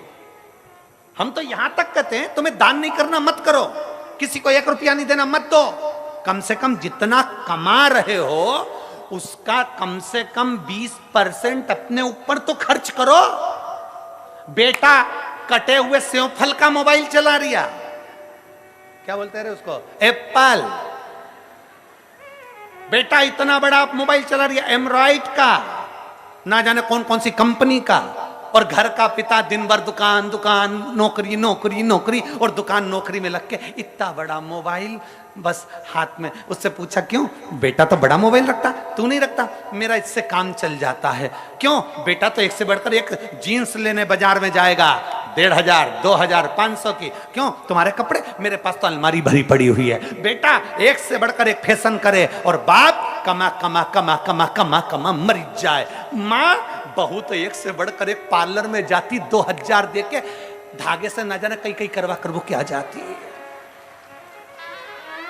बहू तो गई पार्लर में 2000 देकर आ गई, और सास 2000 रुपए जोड़ जोड़ जोड़ जोड़ जोड़ जोड़ गद्दे के नीचे भर भर, पलंग में छुपा, यहां छुपा, और मरी गई। लो क्या मिला? जितना कमाओ किसी को नहीं दे सकते मत दो, किसी को 1 रुपया नहीं दे सकते मत दो, कम से कम अपने ऊपर खर्च करो, अच्छे से खाओ, अच्छे से अपनी जिंदगी जियो, फुल एंजॉय के साथ। लोग कहते हैं गुरुजी मेरे को तो दुकान में काम करना रहता है इसलिए कपड़े ऐसे पहन लेता हूं। काय को पहनो? दुकान पर नौकर भी आता है तो चकाचक दिखता है, तो तुम सेठ होकर भिखारी जैसे दिखो, क्या मतलब का?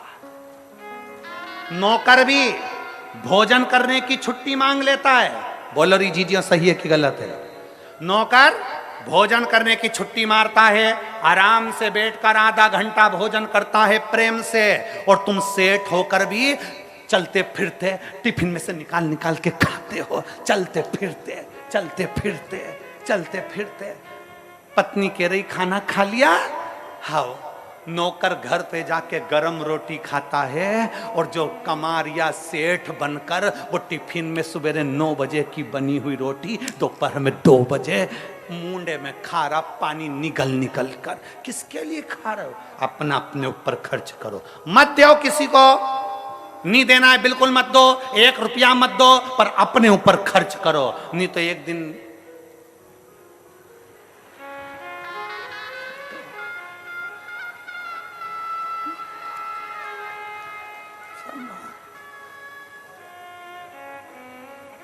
मौका मिला है जिंदगी जीने का। श्राद्ध आते हैं, हमें बताते हैं कि हमें जिंदगी कैसे जीना है। घर में जितने भी मरे हुए लोग हैं उनका फोटो जो टंगा होता है उसमें रोता हुआ फोटो नहीं होता है। तुम्हारे यहाँ है क्या रोता हुआ फोटो? मुस्कुराता हुआ फोटो होता है, हंसता हुआ फोटो होता है। वो क्यों हंसते हैं? क्योंकि उनको मालूम है वो घर के लोगों पे इसलिए हंसते हैं, बेटा हम भी जोड़ जोड़ के मर गए, यहाँ टंग गए, तुम भी चले जाओगे हमारे बाजू में टंग जाओगे, इसलिए अच्छी जिंदगी जी लो। और शिव महापुराण की कथा हो रही है कांटाकुटी में, सुन लो।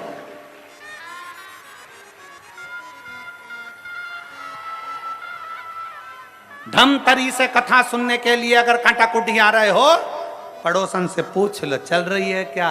भगवान की कृपा से मेरे यहाँ गाड़ी है, बाबा ने बाबा के लिए दी है, गाड़ी खाली है, चल तू भी चल।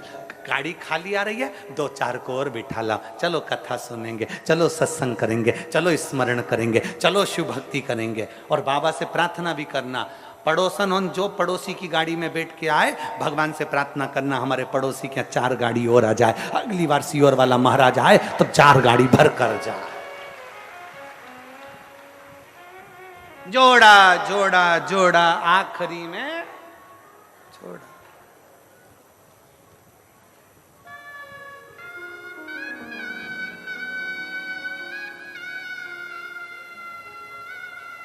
समझाओ, बहू सास से कहे भजन करो, सास बहू से कहे भजन करो। अरे दिन भर फोन चलाए मेरी सासू जी, शिव पुराण में ना जाए मेरी सासू। अदरक कूट के चाय पी जाए मेरी सासू जी, कभी कथा में ना जाए मेरी सासू जी, दिन भर मिनक निकाले मेरी सासू जी। कहाँ चित्त भरे, उसको समझाओ। शिव के बिना कहीं दिल ना लगाना, शिव के बिना कहीं दिल ना लगाना, वरना पड़ेगा तुझे आंसू बहाना, वरना पड़ेगा तुझे आंसू बहाना, शिव के सिवा कहीं दिल ना लगाना, शिव के सिवा कहीं दिल ना लगाना। जो शिव का गुण गान किया है, जो शिव का गुण गान किया है, सच्चा जीवन वो ही जिया है, सच्चा जीवन वो ही जिया है। सुमिरन के बल से तुझे, सुमिरन के बल से तुझे मुक्ति है पाना, शिव के सिवा कहीं दिल ना लगाना, शिव के सिवा कहीं दिल ना लगाना, वरना पड़ेगा तुझे आंसू बहाना, वरना पड़ेगा तुझे आंसू बहाना, शिव के सिवा कहीं दिल ना लगाना, शंकर के सिवा कहीं चित्त ना लगे तुम। गंगा को तो मेरे केस संभाल लेंगे। गंगा के पास खबर पहुंची, भागीरथ जी ने कहा कि आप आइए पृथ्वी पर। संभालेगा कौन? भागीरथ जी ने कह दिया शंकर भगवान के केस। गंगा हंसकर बोली मुझे और केस, मुझे और केस हो ही नहीं सकता, हो ही नहीं सकता। तो चलो मां।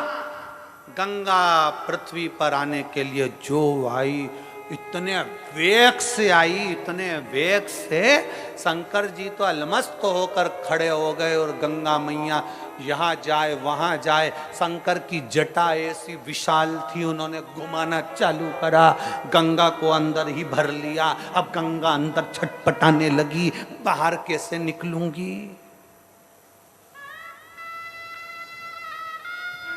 कैसे बाहर निकलूंगी।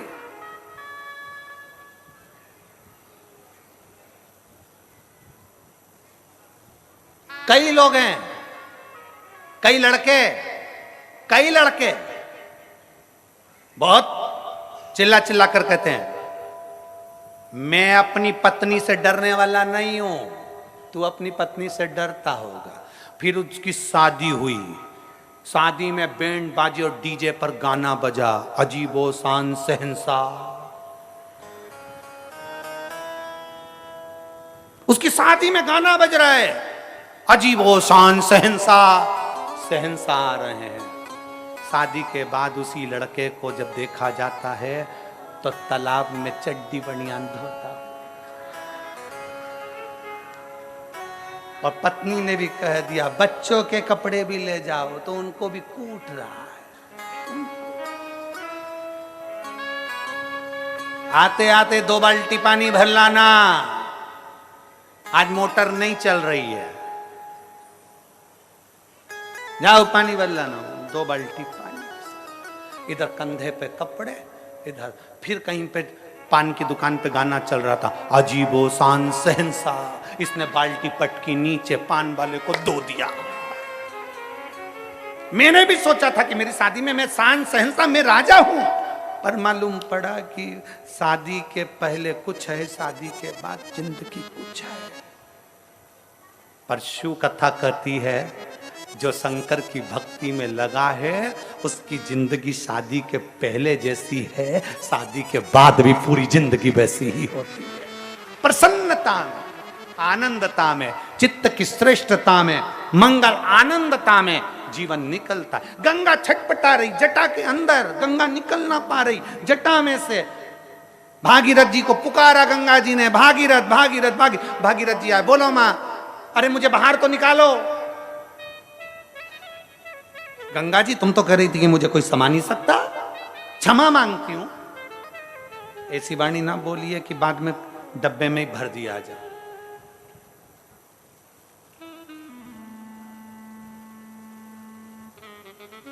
बीस लाख की गाड़ी में घूमने वाले भी आखिरी में 20 रुपए के लोटे में भर के गंगा जी पहुंच जाते हैं।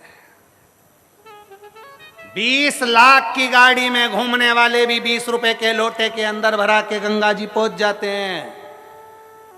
2 करोड़ की गाड़ी में घूमने वाले भी एक दिन 2 रत्ती की राख बन जाते हैं। कितने भी भगवान तुम्हें सुंदर बनाया हो, पर कभी अपनी सुंदरता का गुणगान ना करिए। किसी को धन वैभव मिल गया हो तो उसका गुणगान ना करिए। बाबा को धन्यवाद देते रहो कि तूने मुझ पर बड़ी कृपा करी है, जो ये शरीर, ये वैभव, ये धन, ये सब तूने मुझे प्रदान किया, ये तेरी कृपा से मिला। गंगा जी क्षमा मांगी, भगवान शंकर ने थोड़ा सा खोल दिया। गंगा जी नीचे आई, कपिल मुनि के आश्रम में। पूछा गंगा जी ने भागीरथ जी से, मुझे क्यों बुलवाया? मेरे पितरों के मुक्ति के लिए, मेरे पितरों की मोक्ष के लिए। आज भी शिव महापुराण की कथा कहती है, अगर दुनिया के लोग तुमसे कह दे कि पितृ दोष है, तुम्हारी बेटी की शादी नहीं हो रही, तुम्हारे बेटे की शादी नहीं हो रही, तुम्हारे यहां ये तकलीफ आ रही, वंश नहीं बढ़ रहा, बच्चे नहीं हो रहे, घर में तकलीफ हो रही है, कोई कहे पितृदोष पितृदोष पितृदोष, सीधा एक काम करिए, सीधा एक काम, छठ के दिन, अभी शायद आज चतुर्थी या तीज होना चाहिए, चतुर्थी हो, छठ के दिन,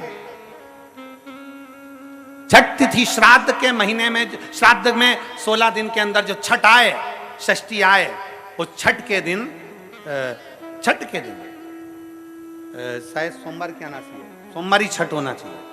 छठ के दिन गंगा जल एक